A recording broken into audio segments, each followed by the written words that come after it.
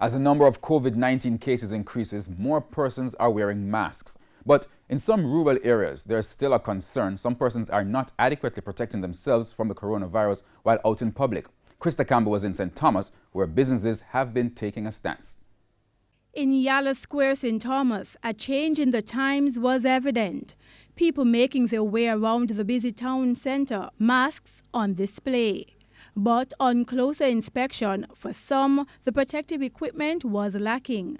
One resident relayed her concerns. $150 for the mask here up a boogie. $150. See there?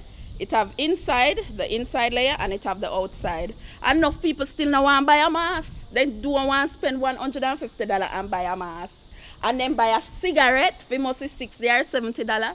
Then buy 150 bag of weed. One COVID-19 case already confirmed in the parish. Business operators say they're doing what they can to prevent any spread. It's because sometimes persons, you might stop by the roadside and someone without a mask is talking to you. We don't know of the level of contamination in the area as yet. And sometimes people come in and shop, you know, you have to make some steward if instead of any crowded, I will tell them to wait and hurry up and serve them. Even the money, make sure the alcohol and it's wet, get wet, and I have to put it down for it get dry. Just like everything else in Jamaica, it don't goes over without a fight. Some people tell you off, some people accept it, but we just have to take the stand and make sure say, yo, you don't back down, because once you back down, then it's not going to work. Gregory Archer operates H-in Wholesale in the heart of Yallas Square. Just before TVJ News went to ask about the stance he's taking to protect himself and his customers, a fireman got turned away. Well, he wasn't in uniform, so I don't know what or who he was, but we just told anybody without the thing, without a mask, no service. That's it. If they don't have it on, they have it in their possession. So once we say mask, then they pull it out from their back pocket or out of a bag and put it on, so no problem. He says other businesses in the parish have taken a similar stance. But in a time of declining sales, one business operator is treading carefully. I am planning to do that, to put the sign up. But to ensure that, to work with it in such a way that the customers are comfortable and I won't turn away or drive away my customers. I also have markings on the floor, inside and outside, and we have signs to say the number of persons who should be at the counter at each time. 2 at the computers and 1 at the cashier. Yvette Skirvin says her markings will be repainted to reflect a recent change to the physical distancing protocol.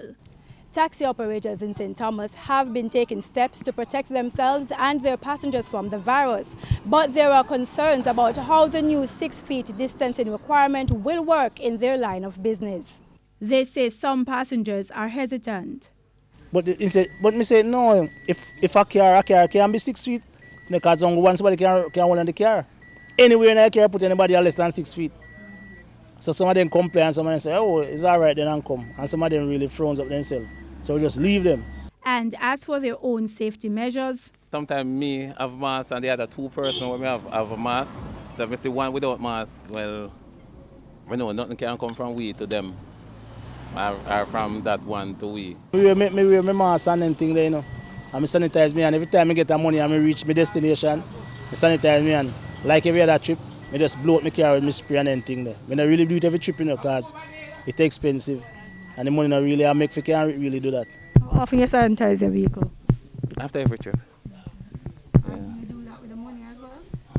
Well, I spray the money, because we don't want nobody to get wet money and think different. No, I don't really sanitize the money itself, but because sometimes when you're a driver, at the time people don't pay most of the time, so you can't do too much things one night all the time. Krista Campbell, TVJ News.